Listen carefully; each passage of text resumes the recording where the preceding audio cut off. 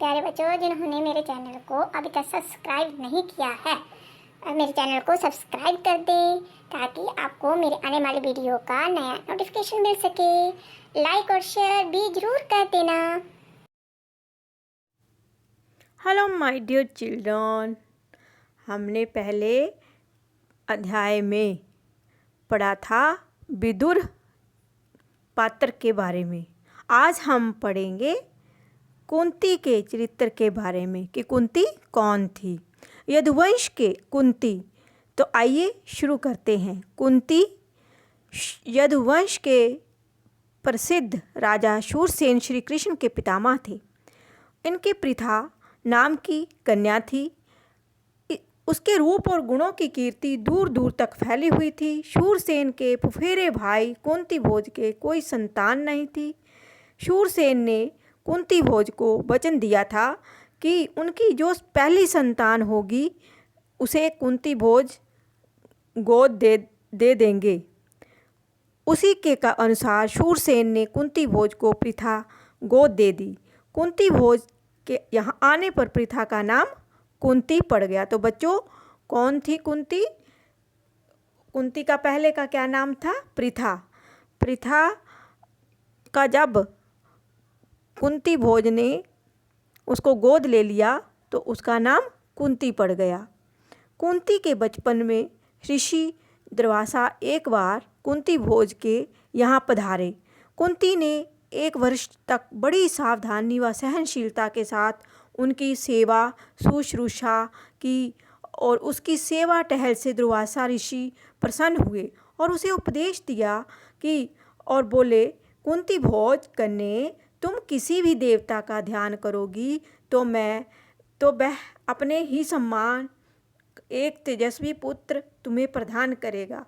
जब पिछले ज़माने में क्या होता था, किसी भी ऋषि मुनि की अगर कोई ज़्यादा सेवा करता था तो वह उनको वरदान देते थे और वह वरदान जो था वह पूरा होता था। उसी प्रकार कुंती ने भी दुर्वासा ऋषि की बहुत 1 साल तक सेवा की और उसकी सेवा से प्रसन्न होकर उन्होंने उनको वचन दिया।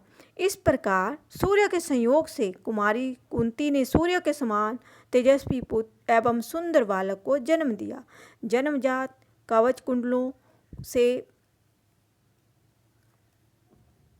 शोभित वही बालक आगे चलकर शस्त्रधारियों में श्रेष्ठ कर्ण के नाम से विख्यात हुआ। लेकिन अब कुंती को लोक निंदा का डर हुआ। उसने बच्चे को छोड़ देना ही उचित समझा। इसलिए बच्चे को एक पेटी में बड़ी सावधानी के साथ बंद करके उसे गंगा की धारा में बहा दिया, क्योंकि उसने उस पुत्र को शादी से पहले ही मांग लिया था। और बच्चों, आपको तो पता होगा कि शादी से पहले किसी भी कन्या का माँ बनना उचित नहीं होता। तो उसी लोकलाज की डर से उसने उस पुत्र की मांग तो लिया, परंतु अब उसको डर था अपनी इज्जत का और उसने उस बच्चे को एक पेटी में बड़ी सावधानी के साथ बंद करके उसे गंगा की धारा में बहा दिया। बहुत आगे जाकर आधी रात नाम के एक सारथी की नज़र उस पर पड़ी। उसने पेटी निकाली और खोल कर देखा तो उसमें एक सुंदर बच्चा सोता हुआ मिला। अधिरथ निसंतान था। अधिरथ की कोई भी संतान नहीं थी। बालक को पाकर वह बड़ा प्रसन्न हुआ। सूर्यपुत्र कर्ण इस तरह एक सारथी के घर पलने लगा।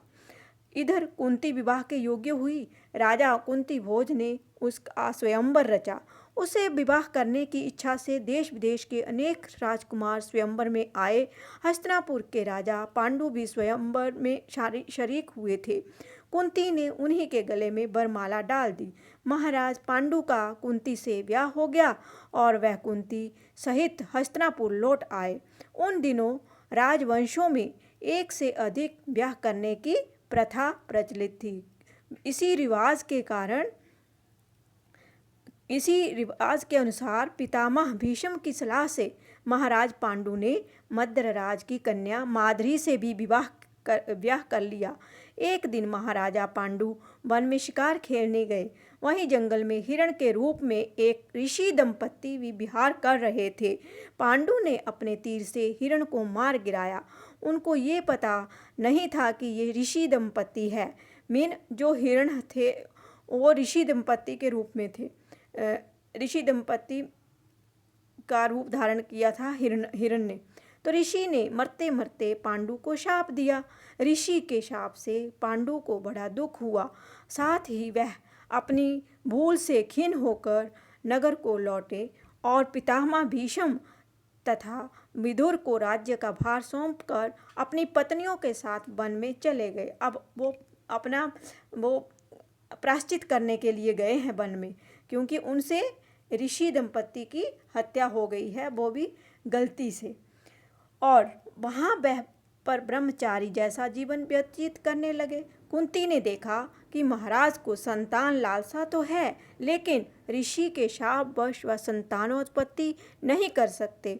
अतः उसने विवाह से पूर्व दुर्वासा ऋषि से पाए वरदानों का पांडु से जिक्र किया। उनके अनुरोध से कुंती और माद्री ने देवताओं के अनुग्रह से 5 पांडवों को जन्म दिया। वन में ही 5 का जन्म हुआ और वहीं तपस्वियों के संग वे पलने लगे।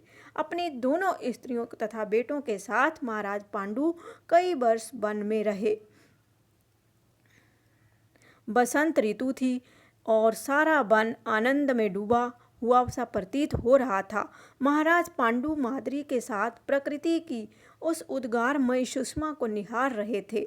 सुषमातीय सुंदरता मीन प्रकृति के कारण जो थी माद्री जो थी वो बहुत ही सुंदर लग रही थी और ऋषि के शाप का असर हो गया। तत्काल उनकी मृत्यु हो गई। जब उन्होंने माद्री को निहारना शुरू किया तो उनको शाप था कि वह ये किसी का भी सुंदरता पर मोहित नहीं होंगे, तो जब मोहित होंगे तो उनकी तत्काल मृत्यु हो गई। माद्री के दुख का पार ना रहा, पति की मृत्यु का वह कारण बनी। ये सोचकर पांडु के साथ ही वह भी मर गई। इस दुर्घटना से कुंती और 5 पांडवों के शोक की सीमा ना रही, पर वन के ऋषि मुनियों ने बहुत समझा बुझाकर उनको शांत किया और उन्हें हस्तिनापुर ले जाकर पितामह भीष्म के सुपुर्द किया। सुपुर्द मीन उनको दे दिया। भीष्म पितामह को 5 पांडव जो थे वह उनको सौंप दिए। युधिष्ठिर की उम्र उस समय 16 वर्ष की थी। हस्तिनापुर के लोगों ने जब ऋषियों से सुना कि वन में पांडु की मृत्यु हो गई है तो उनके शोक की सीमा ना रही। पोते की मृत्यु पर शोक करती हुई सत्यवती अपनी दोनों विधवा पुत्र वधुओं अंबिका और अंबालिका को साथ लेकर वन में चली गई। तीनों वृद्धाएं कुछ दिन तपस्या करती रहीं और बाद में स्वर्ग सिधार गईं।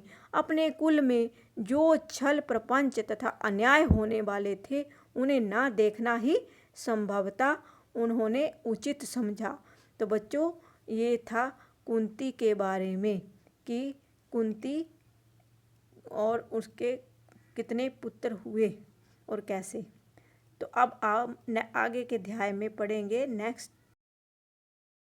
मेरे प्यारे बच्चों, अगर आपको मेरा ये वीडियो अच्छा लगा then don't forget to like, share and subscribe to my channel and also press the bell icon for more updates.